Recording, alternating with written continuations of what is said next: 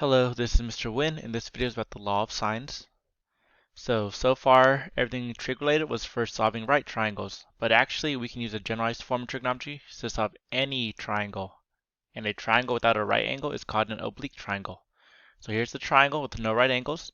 Here's angle A that goes with side A. Here's angle B that goes with side B, and angle C that goes with side C. Alright, to solve an oblique triangle, you need to know the measure of at least one side and any other two things. The other two things would be two sides, two angles, or one of each. So we have four cases. If you have two angles on the side, that could be AAS or ASA. Two sides in an angle, opposite them would be SSA. Three sides would be SSS, and two sides in their included angle, included means between them, would be SAS. Hopefully you remember that from geometry, but it doesn't really matter. Anyways, the law of sines, this video can solve the first two cases. The law of cosines, the next video, can solve the second two cases. So here's the law of sines. If you have a triangle with sides A, B, and C, then A over sine A is equal to B over sine B, which equals C over sine C. You only need two of these. Alright, so here's two pictures. It doesn't really matter if it's acute or obtuse. But more generally, we like the reciprocal form, but it's the same thing. I like saying sine of angle A over the side of A equals sine of angle B over the side length of B. And you just use these, you just solve fractions. So let's put in action. Here in a triangle, we have C, angle C is 102.3 degrees, angle B is 28.7 degrees, and the side length of B is 27.4 feet. Find the remaining angles and sides. So here we have an angle, followed by an angle, followed by a side. This is AAS. We could find the third angle by doing triangle sum. Add these two up, subtract 180. So they get angle A is 49. Then we start finding the sides. Alright, we use the law of sines. They use that form. So if you plug into the one, you pick two of them. They wanted to find A first, so they did sine of A equals B over sine B. They did get rid of the fraction by moving sine A over and then filling the numbers and then solving. This usually does require a calculator. You could leave in the calculator ready form, but having a calculator to change everything to its decimal form and then multiplying would be a lot easier. So I do recommend using a calculator here. So side of A is 43.06 feet. Then try to find C. They use the fraction C over sine C, and they use one of either of the fractions. Doesn't matter. They chose B again, so B over sine B. You fill it in, solve for C, get 55.25 feet. Alright, here's another problem. A pole tilts upwards to the sun at an 8-degree angle from the vertical. So vertical line, tilt 8 degree. Alright, it has a 22-foot shadow. The angle of elevation from the tip of the shadow to the top pole is 43. How tall is the pole? And this pole is leaning. Alright, so we could find the missing angle. This is 43, this is 90 plus 8, so 98. Add them together, subtract 180, get 39. Then we do law of sines. So this time they only chose 2. A over sine A equals C over sine C. We don't know A, but we know C is 22, the shadow. So 22 over sine 39 times sine 43 will give us 23.84 feet. Alright, then we have what we call the ambiguous case. Alright, that comes from SSA or ASS. Hopefully you remember that was bad in geometry. So when given the ambiguous case, sometimes there's no possible triangle to draw. Or sometimes there's one triangle to draw, sometimes there's two triangles to draw. Alright, it depends on what angle we have and if the sides then make sense. And here, if you use your common sense and geometry, you can figure out pretty fast. And their study tip is when solving triangles, draw a careful sketch to see if it makes sense or not. Remember, the longest side goes to the longest angle. The shortest side goes to the shortest angle. So we'll do the obtuse case first. So they tell us the triangle is obtuse and angle A is the obtuse measure. That should mean the side across from angle A should be the longest side. Would it make sense that this side across obtuse is smaller than one of the other sides? The answer is no. So no triangle exists. So the biggest side is not the biggest side. That's not a triangle. Right? It's too short.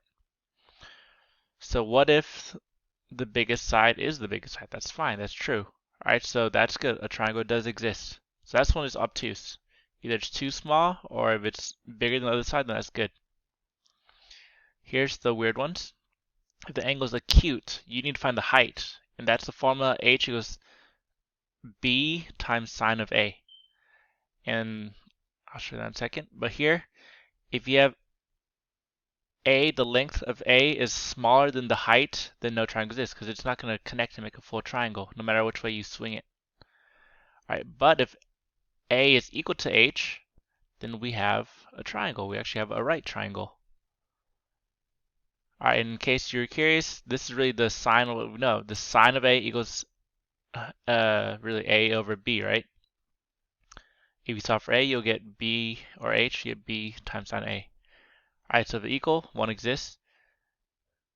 If A is acute and A is bigger than B, which by default is bigger than H, then we have one triangle. So in case you know, if this right triangle, H is the height, B is the hypotenuse. Of course, the hypotenuse is going to be bigger than the height.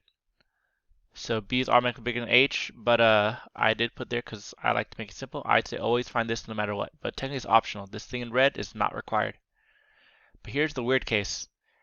If A is greater than H and smaller than B, if it's between the two values, two triangles exist.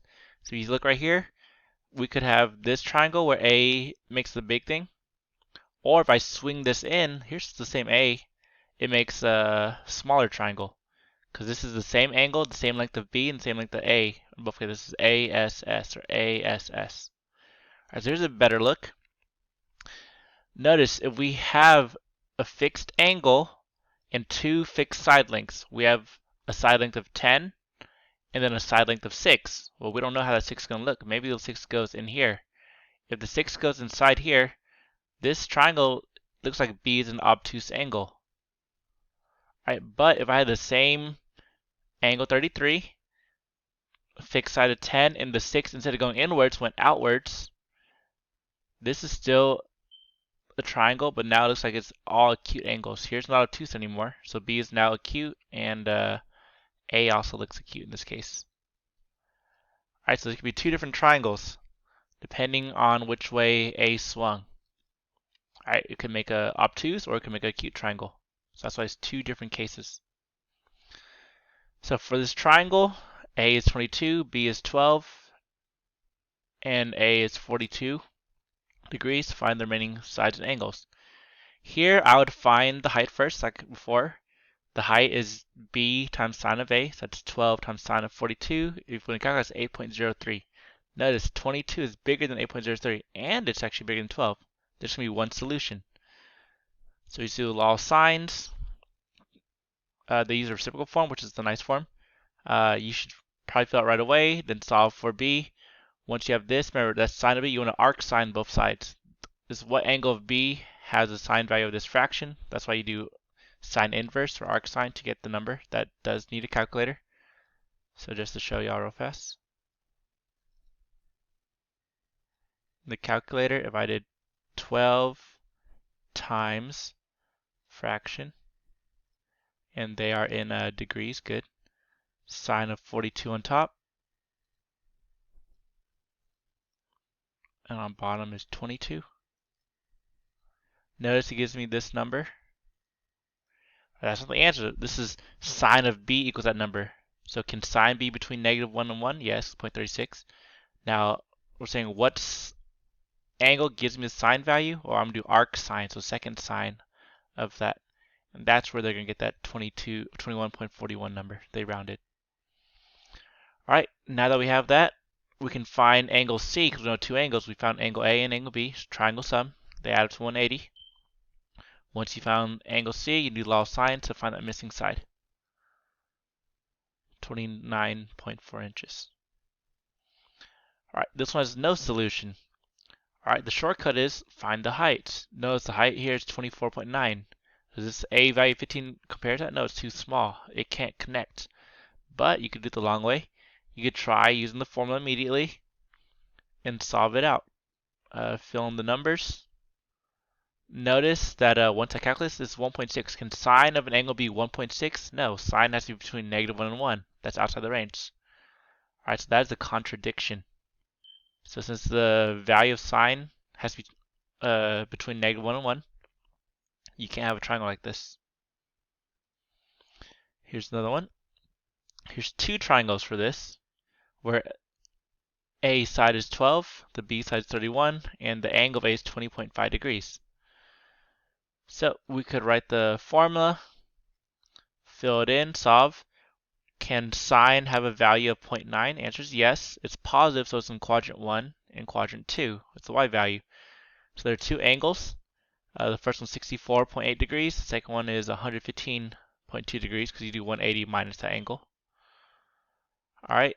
Then we solve for the third angle.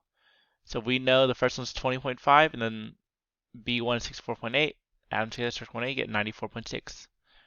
Alright, if this is 94.6 degrees, do the law of sines, you get this bottom side to be 34.15 meters.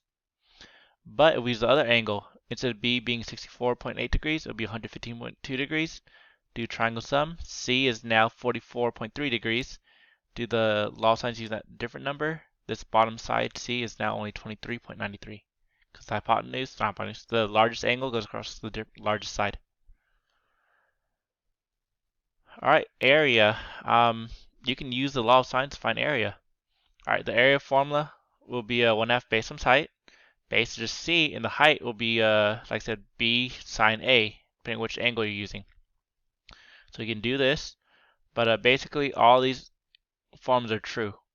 And if the angle is 90 degrees, sine of 90 is 1, so really 1/2 B times C, 1/2 base times height. Alright, so here's just find the area of this. Two sides are 90 and 52. Included angle between those two sides is 102. So you just fill in the formula. 1/2 AB sine C, 1/2 90 times 52 times sine 102. Type in the calculator, you get 2289 square meters approximately.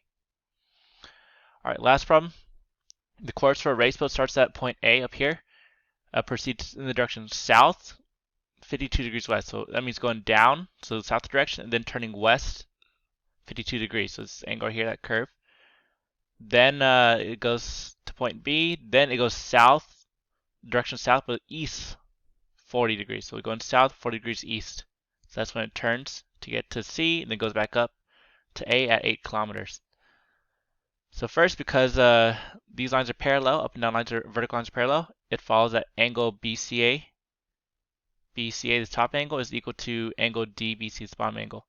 If it helps you, I mean, those are alternate interior angles, so you could do another 40, but you could actually extend this, make a right triangle right here. So this is 90 minus 40, that's 50.